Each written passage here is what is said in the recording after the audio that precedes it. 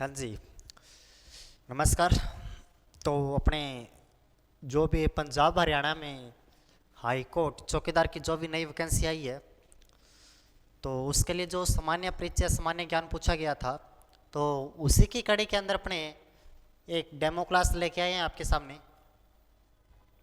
तो जो भी नई वैकेंसी आई है उसके ऑनलाइन व ऑफलाइन बेंचेस भी यहाँ पे स्टार्ट हो चुके हैं और पूरा आपको ऑनलाइन कोर्सेज भी मिलेगा, क्लासरूम से लाइव कोर्सेज भी मिलेगा। तो हमारे कोचिंग के नंबर पे विजिट करिए, जो आपको डिस्क्रिप्शन में सारा इसका नॉलेज मिल जाएगा। तो एक बार जल्दी से वीडियो को लाइक कर देना जो देख रहे हो, और ऑनलाइन वालों जो आप लिख रहे हो वो भी अच्छे से नोट करते जाना। अपने पॉलिटी भारत का संविधान शुरू कर रहे हैं। भारत का संविधान भारत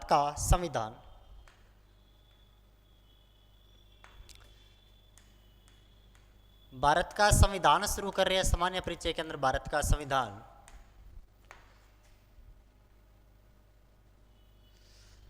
हाँ जी, अपने पढ़ रहे हैं भारत का संविधान।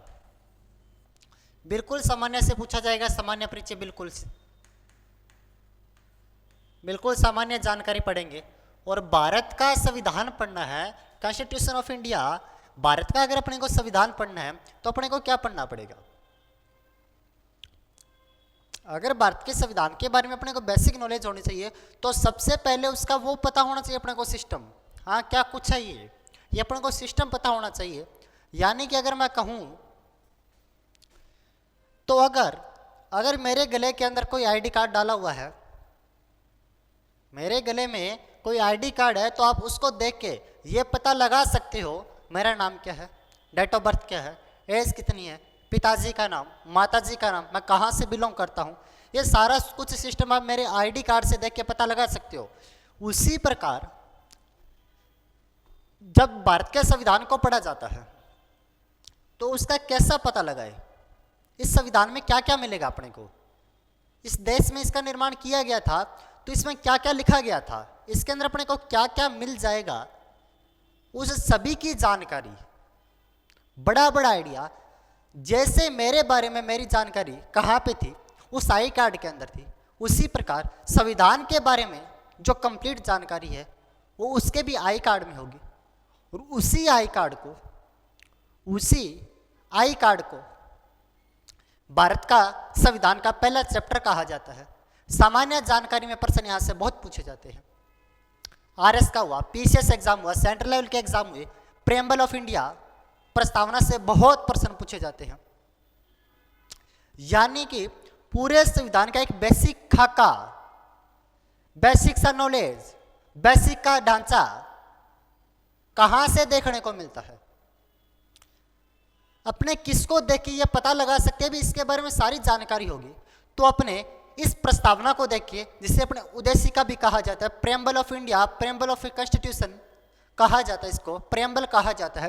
इसको देख के अपने बेसिक सी जानकारी देख सकते हैं, बेसिक सी नॉलेज प्राप्त कर सकते हैं कि हाँ अपने को संविधान में ये मिलेगा, और इसी की जानकारी अपने इसके अंदर देख रहे हैं। तो शुरू करते हैं अपने प्रस्तावना।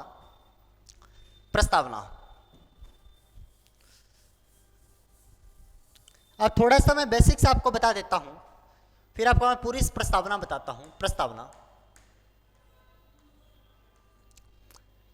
प्रस्तावना को उद्देशिका भी कहा जाता है, उद्देशिका,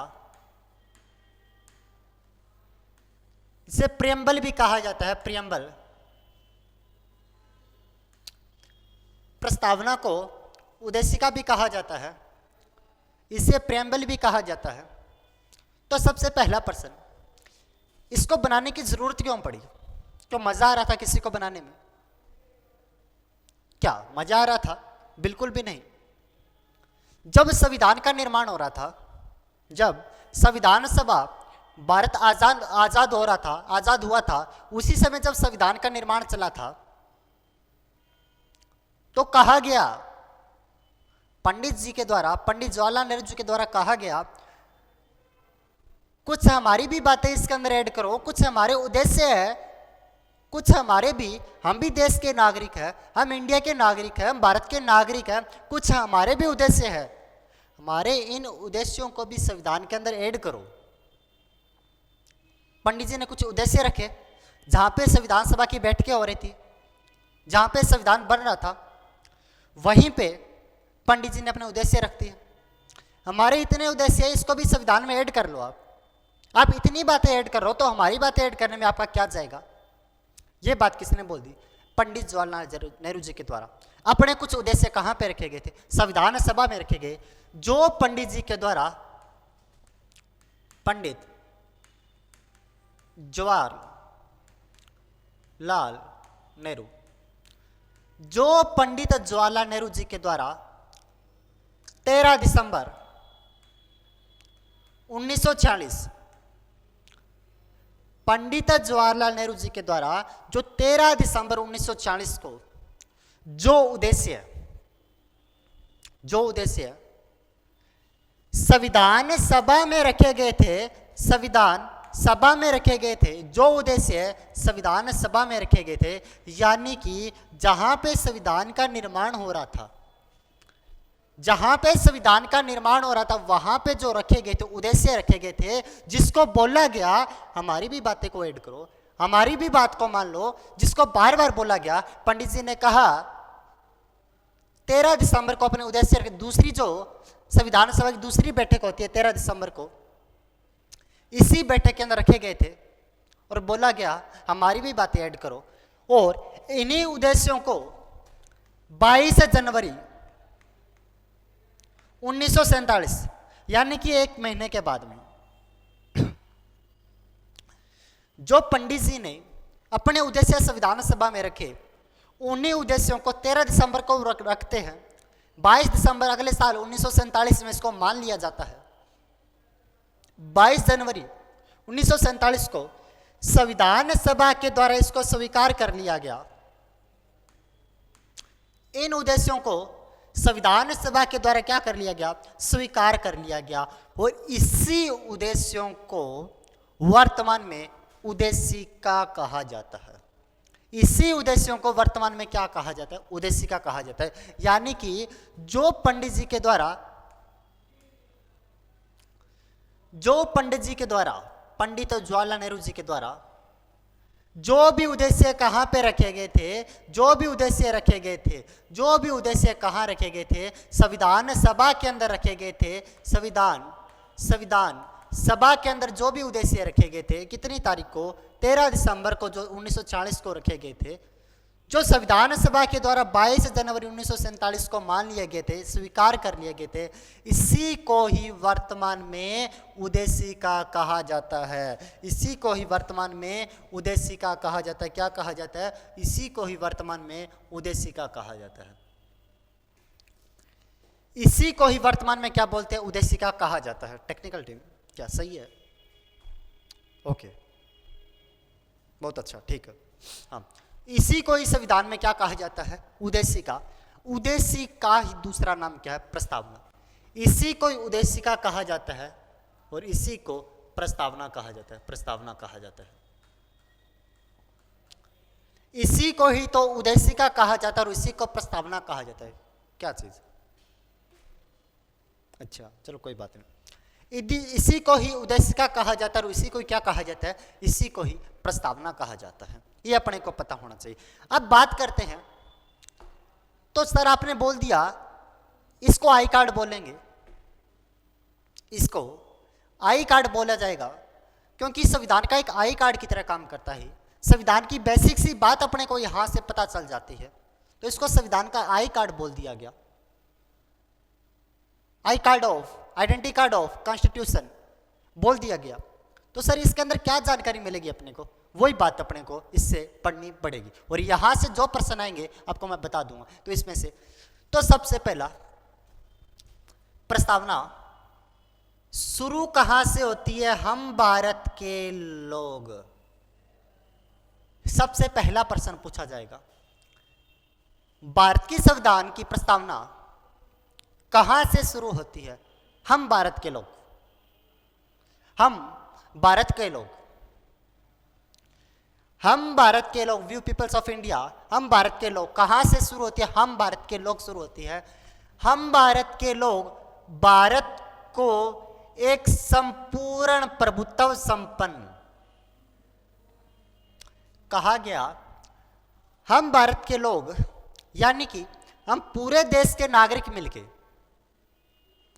हम पूरे देश के नागरिक मिलके भारत को एक संपूर्ण यानी कि संपूर्ण भारत को प्रभुत्व संपन्न राज्य बनाएंगे। यानी कि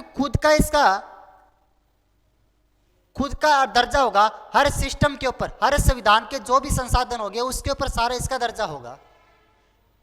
जो भी इसके अंदर जो भी एक्टिविटीज होगी, जो भी परियोजना होगी, इसके ऊपर हम भारत के लोगों का दर्जा होगा। यानी कि देश की सबसे बड़ी पावर जनता को बना दिया गया। देश की सबसे बड़ी पावर जनता को बना दिया गया। कहा गया हम भारत के लोग, व्यू पीपल्स ऑफ इंडिया, यानी कि हम ही सब कुछ करेंगे।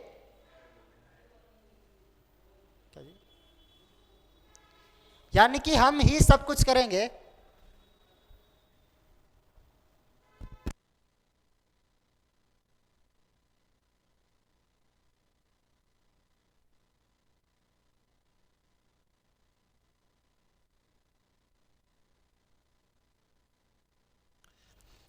हम ही सब कुछ करेंगे। ये जनता को पावर दी गई। कहा गया जनता ही करेगी सब कुछ, जो भी करेगी ये जनता के द्वारा किया जाएगा। ये जनता के द्वारा किया जाएगा। फिर खुद का प्रभु बना देंगे इसको, खुद का प्रभु बना देंगे, किसी के गुलाम नहीं रखेंगे। और एक बात और बता देता हूं,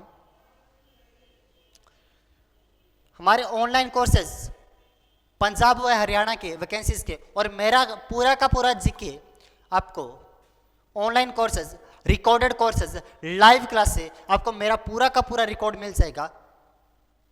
कोचिंग के डिस्क्रिप्शन नंबर पे आपको नंबर मिल जाएंगे, डिस्क्रिप्शन में जाना 7597500075। इस नंबर के ऊपर आप कॉल करके यहां से जानकारी प्राप्त कर लेना। आपको मेरा पूरा का पूरा जीके कोर्स जो भी आपको पढ़ने के इच्छुक हो वो सारा का सारा यहां से मिल जाएगा। पंजाब हरियाणा का पूरा material, study material, online offline course सारा आपको कंप्लीट यहां से मिल जाएगा। ठीक है, तो यानी कि शुरू कहां से, हम भारत के लोग से शुरू होती है।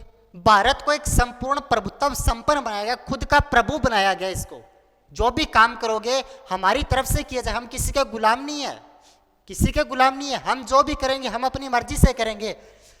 हम भारत के लोग भारत को एक संपूर्ण प्रभुत्व संपन्न समाजवादी, यानी कि जितने भी संविधान के संसाधन होंगे, जो भी संसाधन होंगे, जो भी देश के अंदर संसाधन होगा, कोई पार्क होगा, मनोरंजन के साधन होंगे जो हर पब्लिक के लिए काम आएगा, जो सरकारी बसें होगी उसके ऊपर सरकार का नियंत्रण होगा, समाजवादी होगा, किसी का मालिकाना हक नहीं होगा उसके ऊपर। कोई भी चीज हुआ उसके ऊपर संविधान में पूरे देश का केंद्र सरकार का नियंत्रण होगा, वो समाजवादी होगा, मतलब सरकार के अधीन काम करेगा, वो उसे समाजवादी कहा गया। हम भारत को खुद का प्रभु बनाएंगे, उसे समाजवादी बनाएंगे, उसे पंथ निरपेक्ष बनाएंगे। पंथ निरपेक्ष का मतलब उसे धर्म निरपेक्ष बनाएंगे। पंथ निरपेक्ष का मतलब उसे धर्म निरपेक्ष राज्य घोषित कर देंगे। यानी कि किसी भी अपना भारत का, किसी भी एक देश का, मतलब भारत देश का अपना खुद का धर्म नहीं होगा। भारत किसी भी धर्म को बढ़ावा नहीं देगा, खुद का कोई भी धर्म नहीं होगा, किसी भी धर्म को बढ़ावा नहीं देगा। साथ में किसी भी धर्म के मध्य हस्तक्षेप नहीं करेगा। यानी कि जो किसी को, अगर मैं मुसलमान को मानता हूं, मैं मुस्लिम इस्लाम को मानता हूं तो मैं मान सकता हूं, मैं जैन को मानता हूं तो मैं मान सकता हूं, मैं हिंदू को हूं तो हिंदू को मान सकता हूं, मैं सिख को मानता हूं तो मैं मान सकता हूं। किसी को हस्तक्षेप नहीं करेगा, वो किसी के मध्य नहीं आएगा, वो किसी भी धर्म को बढ़ावा तक नहीं देगा, किसी में रुकावट पैदा नहीं कर सकता। जिसकी जो मर्जी है वो धर्म को मान सकता, उसे पंथ निरपेक्ष या फिर धर्म निरपेक्ष कहा गया। यानी कि भारत में रहने वाले प्रत्येक नागरिक के लिए जो अच्छा लगे वो धर्म मान सकता है। ये अपने को कहाँ पे पता चला? प्रस्तावना के अंदर पता चल जाता है।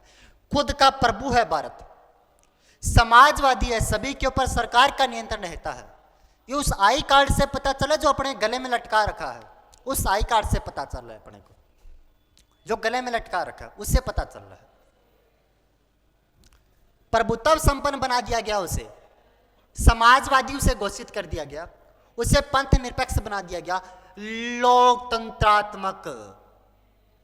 लोकतंत्रात्मक यानी कि भारत में लोगों का तंत्र होगा, यानी कि भारत में लोगों का तंत्र होगा। लोगों के द्वारा सरकार चुनी जाएगी। जैसे अपने सरपंच को चुनते हैं, पंच को चुनते हैं, वार्ड पंच हुआ, सरपंच हुआ, मुख्यमंत्री को चुन लेते हैं अपने को, प्रधानमंत्री को चुनते हैं, राष्ट्रपति को चुनते हैं। यानी कि यहां पे जो भी तंत्र करेगा, जो भी इस देश में शासन करेगा, वो एक प्रकार से लोगों का तंत्र होगा। सबसे बड़ा, फिर नीचे, फिर नीचे, फिर नीचे, नीचे नीचे नीचे चलता रहेगा। इसे लोगों का तंत्र कहा गया।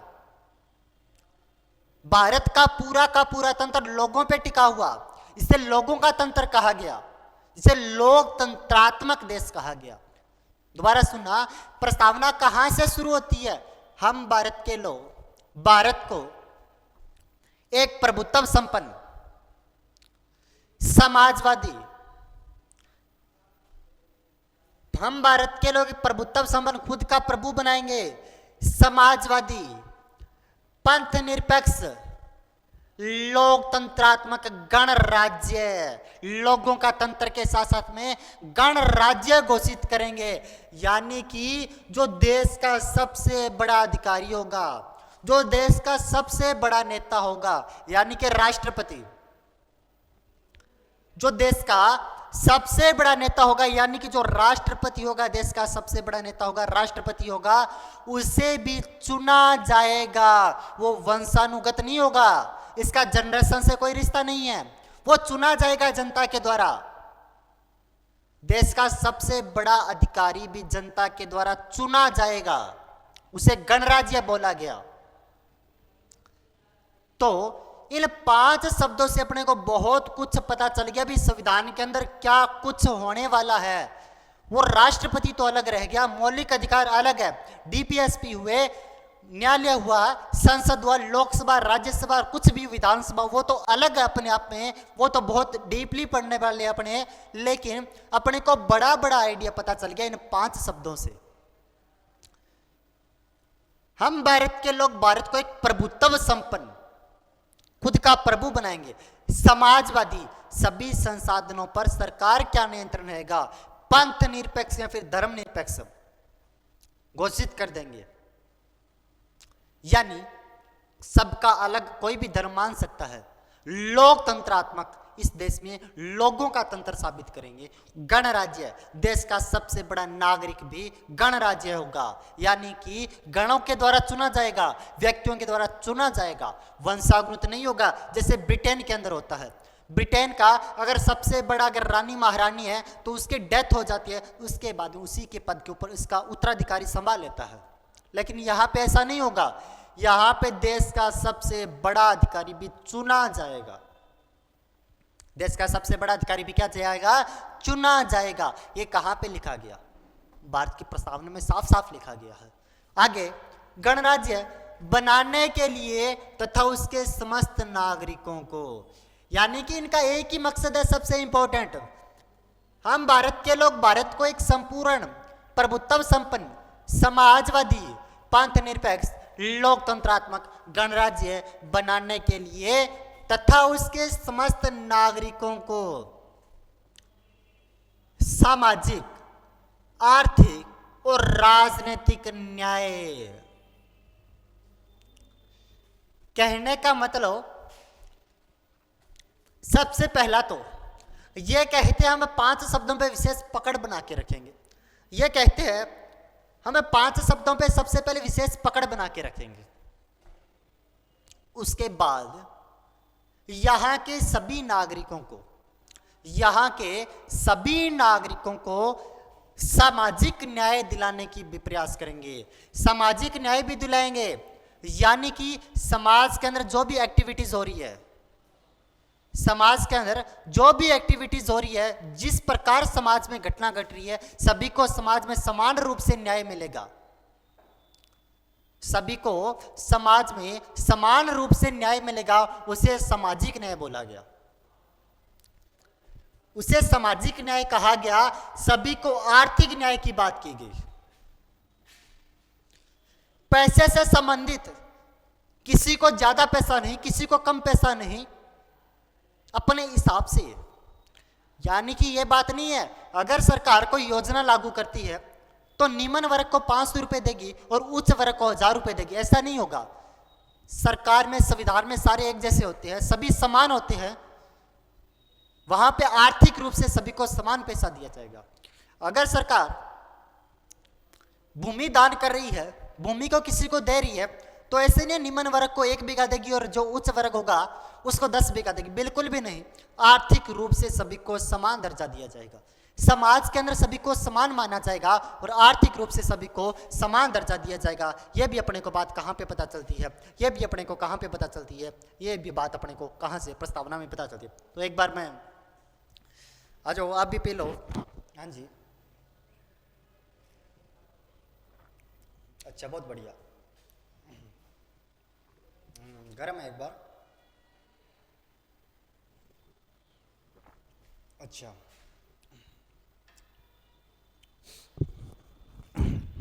चलते हैं। सामाजिक, आर्थिक और राजनीतिक। सामाजिक, आर्थिक और राजनीतिक न्याय, यानी कि समाज में सभी को समान माना जाएगा। आर्थिक, सभी को आर्थिक रूप से सहायता दी जाएगी। राजनीतिक, सबसे इंपॉर्टेंट न्याय। प्रस्तावना में 3 प्रकार के न्याय की बात की गई है, सामाजिक न्याय की, आर्थिक न्याय की और राजनीतिक न्याय की। समाज में सभी को समान माना जाएगा, सामाजिक न्याय। आर्थिक न्याय, पैसों से सभी को समान माना जाएगा, उसे आर्थिक न्याय कहा गया। राजनीतिक, पॉलिटिकल के अंदर भी, राजनीति के अंदर भी सभी को समान दर्जा दिया जाएगा, सभी के साथ समान न्याय किया जाएगा। पॉलिटिकल के अंदर भी सभी के साथ समान न्याय किया जाएगा। कहने का मतलब, अगर किसी निम्न उच्च वर्ग को सरपंच का चुनाव लड़ने का अधिकार है, तो सबसे जो निम्न वर्ग होगा उसको भी सरपंच का चुनाव लड़ने का अधिकार है। किसी के साथ भेदभाव नहीं होगा। सबसे निम्न वर्ग का व्यक्ति भी देश का सबसे बड़ा चुनाव यानी कि राष्ट्रपति का चुनाव लड़ सकता है, सबसे निम्न वर्ग का व्यक्ति भी। और ये कोई बड़ी बात नहीं है, हर सेक्टर में हर व्यक्ति जा सकता है, किसी भी पद के ऊपर चुनाव लड़ सकता है। सभी को राजनीतिक न्याय मिलना चाहिए।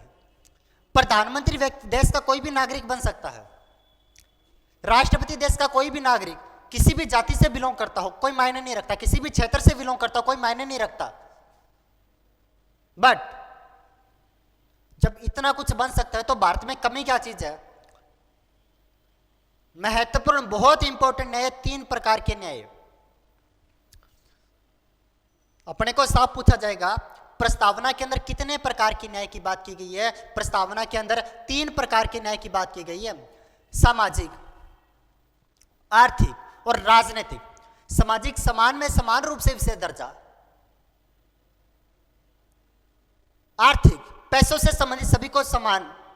राजनीतिक, पॉलिटिकल में सभी को समान देखा जाएगा, सभी को विशेष दर्जा, चुनाव लड़ने के लिए विशेष मौका दिया जाएगा। कोई भी किसी के पद के ऊपर चुनाव लड़ सकता है, विशेष दर्जा दिया जाएगा। ये 3 प्रकार के न्याय अपने को पॉलिटिकल में दिए गए। एक बार दोबारा समझना, हम भारत के लोक से शुरू होता है, भारत के एक संपूर्ण प्रभुत्व संपन्न, समाजवादी, पंथ निरपेक्ष, लोकतंत्रात्मक गणराज्य बनाने के लिए तथा उसके समस्त नागरिकों को सामाजिक, आर्थिक और राजनीतिक न्याय, विचार, विचार, अभिव्यक्ति, विश्वास, धर्म और उपासना की स्वतंत्रता। ये अपने को पीडीएफ वैसे टेलीग्राम के ऊपर मिल जाएगी आपको। ब्रदर्स एजुकेशन श्री गंगानगर के नाम से अपना टेलीग्राम है, आपको डिस्क्रिप्शन में मिल जाएगा। उस टेलीग्राम को ओपन करना। यह भी डेमो क्लास है, क्योंकि ये वैसे अपने क्लास के अंदर चलेगी, तो आपको यूट्यूब पे भी इसको दिखाया जा रहा है। बिल्कुल बहुत अच्छी क्लास है और कंटिन्यूसली क्लासेस चलती है हमारी। तो ये कुछ एक आपको दिखा रहे हैं, तो हमारा कोर्सेज भी लेना और नीचे डिस्क्रिप्शन में आप कमेंट कर देना, हमारी टेक्निकल टीम आपसे बात कर लेगी। तो अगर ऑनलाइन या फिर ऑफलाइन कोर्सेज जिसको खरीदना हो, या फिर मेरा पूरा जीके का कोर्स जिसको खरीदना हो, तो कोचिंग के जो भी नंबर है 7597500755, इसके ऊपर फोन कर देना, कॉल कर लेना और आपको हमारी टेक्निकल टीम यहाँ से बात कर लेगी। ठीक है। संविधान के अंदर 5 प्रकार की स्वतंत्रता दी गई, प्रत्येक नागरिक को 5 प्रकार की स्वतंत्रता दी गई। तो एक बार मैं कॉफी को पी लेता हूँ, ये ठंडी होगी पता नहीं होगी।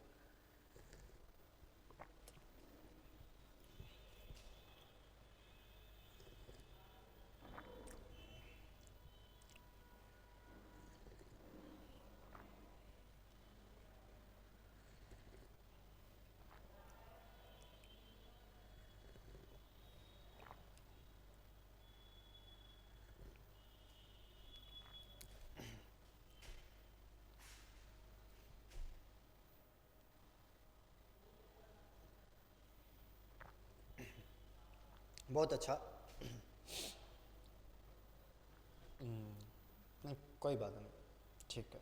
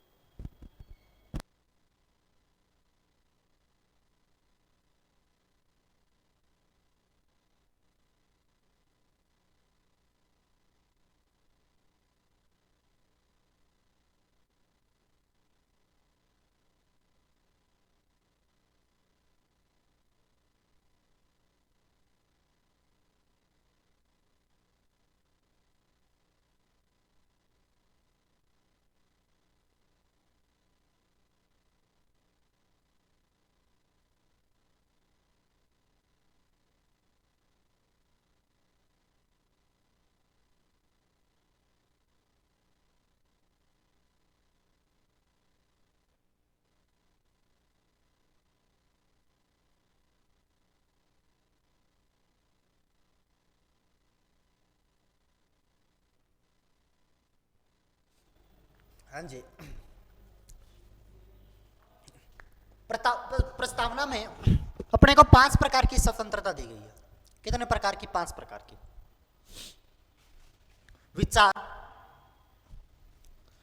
विचार करने की स्वतंत्रता। अपने को यह स्वतंत्रता है, अपने किसी भी टॉपिक के ऊपर अच्छे से विचार कर सकते हैं, इसको एक्सप्लेन कर सकते हैं, उसको समझ सकते हैं। कोई अपने को रोकने वाला नहीं है विचार करने पर, कोई भी नहीं रोकने वाला। अभिव्यक्ति, अपने जो भी विचार किया है, हमने जो भी विचार किया उसको अभिव्यक्त कर सकते हैं, किसी को सामने बता सकते हैं, अभिव्यक्त कर सकते हैं उसको। अपने को अभिव्यक्त की स्वतंत्रता दी गई, विचार की स्वतंत्रता दी गई, अभिव्यक्त करने की स्वतंत्रता दी गई, विश्वास की स्वतंत्रता दी गई। किसी के ऊपर विश्वास कर सकते हैं अपने, यह अपने पास स्वतंत्रता मिली हुई है। अपने को किसी भी धर्म को मान सकते हैं, यह अपने को स्वतंत्रता मिली हुई है। किसी के अंदर उपासना रख सकते हैं, किसी के अंदर भी उपासना रख सकते हैं, किसी भी धर्म को मान सकते हैं, यह अपने को स्वतंत्रता मिली हुई है। प्रस्तावना शुरू हम भारत के लोग से शुरू होती है। भारत को एक संपूर्ण प्रभुत्व संपन्न बनाने सबसे शुरू होती है। खुद का प्रभु बना देंगे, समाजवादी बना देंगे, पंथ निरपेक्ष घोषित कर देंगे, इसको पंथ निरपेक्ष घोषित कर देंगे। किसी भी धर्म को बढ़ावा नहीं देगा, ये लोकतंत्रात्मक बना देंगे, इसे लोगों का तंत्र बना देंगे, लोगों के द्वारा सरकार चुनी जाएगी, लोगों का शासन होगा, देश की जनता ही सबसे बड़ी पावर होगी। गणराज्य घोषित कर देंगे, देश का सबसे बड़ा नागरिक कौन? राष्ट्रपति भी चुना जाएगा तथा उसके समस्त नागरिकों को चुना जाएगा। इसके साथ 3 प्रकार के न्याय की बात की गई, सामाजिक, आर्थिक और राजनीतिक। कितने प्रकार के न्याय? 3 प्रकार के न्याय की यहाँ पे बात की गई है। और अगर मैं बात करता हूँ कितने प्रकार की स्वतंत्रता, विचार, अभिव्यक्ति, विश्वास, धर्म व उपासना की स्वतंत्रता, 5 प्रकार की यहाँ पे स्वतंत्रता की बात की गई। कितने प्रकार की स्वतंत्रता? 5 प्रकार की यहाँ पे स्वतंत्रता की बात की गई है। ये अपने को पता होना चाहिए, बेसिक सी नॉलेज है, अपने को पता होना चाहिए। अभी और देखते हैं अभी आगे।